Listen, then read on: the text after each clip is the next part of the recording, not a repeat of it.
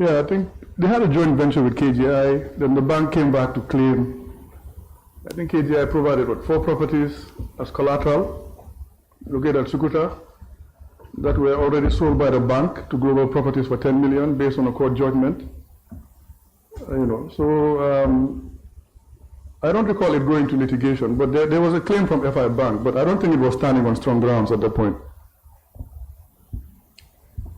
All right, so the 4 properties that were used as collateral were eventually sold by the bank? Yes, by, I believe, a court judgment to claim back from KGI. Okay. The AG was also made aware of this? Yes, he was. All of this? All the claims, he was fully aware. So this report, before we go any further into the 2 remaining volumes. No, not the volumes, the 2 remaining claims. Yes. When this was filed at the High Court, what was the court's reaction to this submission? Regarding the claims? Mm-hmm. Yes, regarding the claims.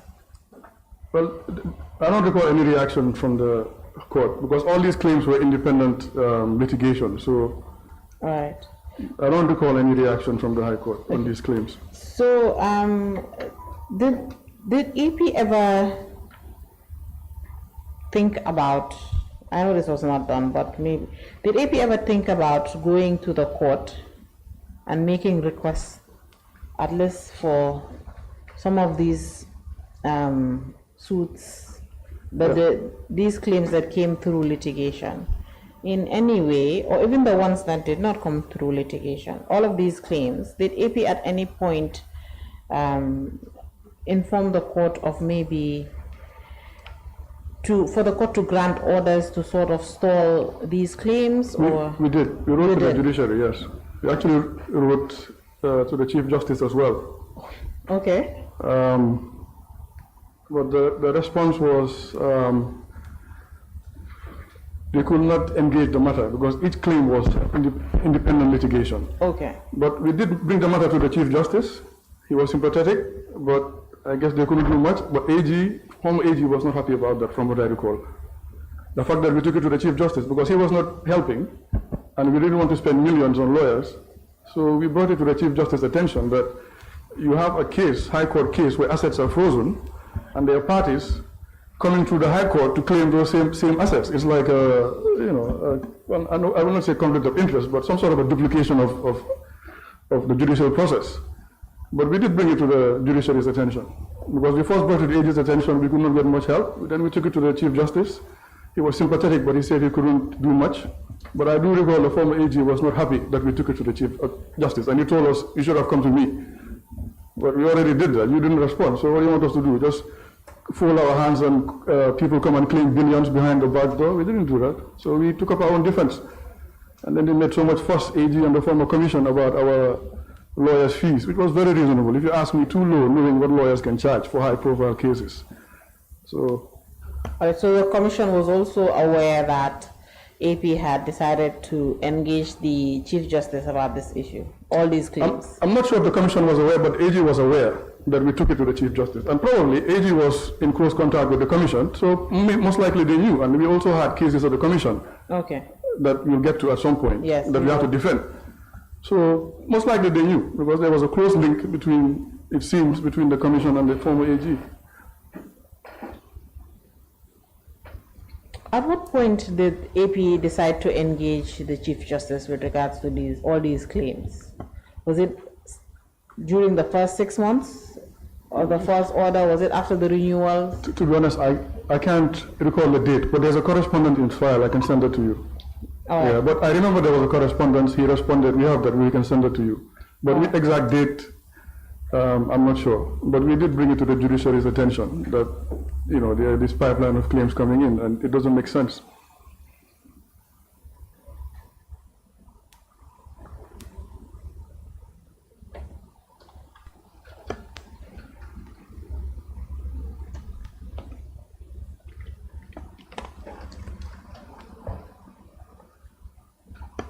All right, so let's go to the second to last claim. Yes. GRA, and the claim is with regards to Westwood, claiming 2 years of unpaid income tax. Yes. Estimated at $156 million.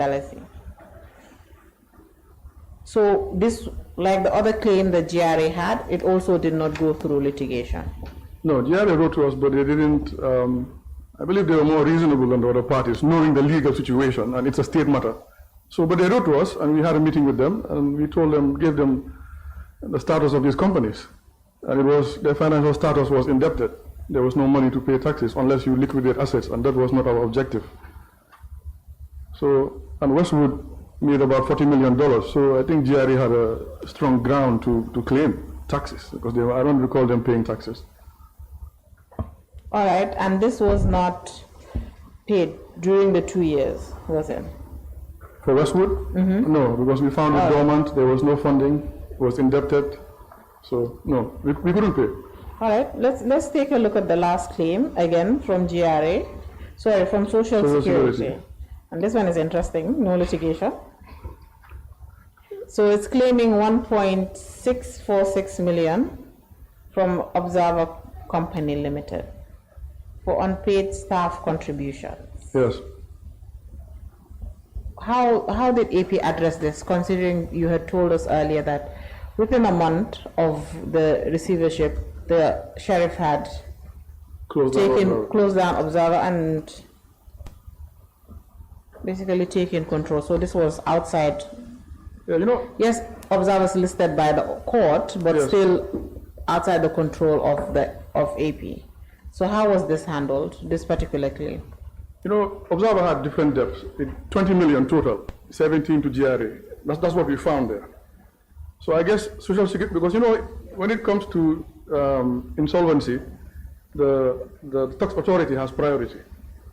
I think in terms of priority, the tax authority is number one, then you take care of staff, and then you have different categories of creditor, floating charge, fixed charge.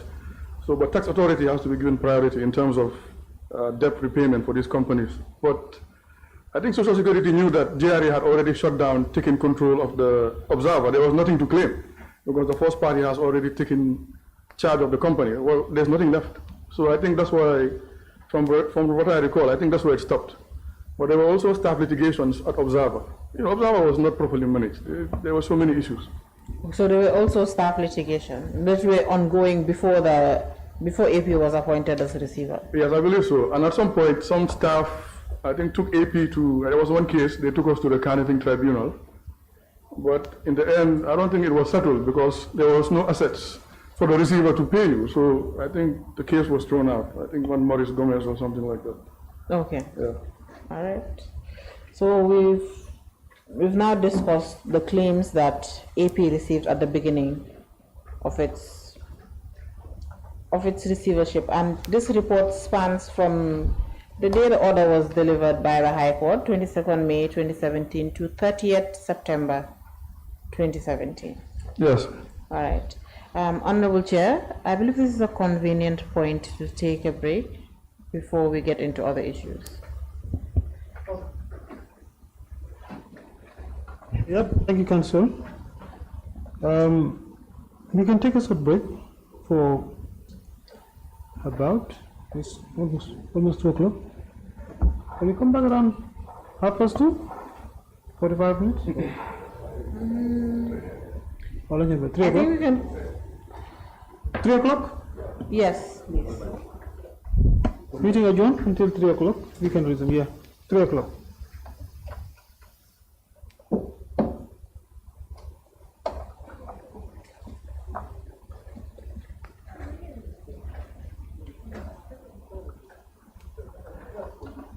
Mr. Prom?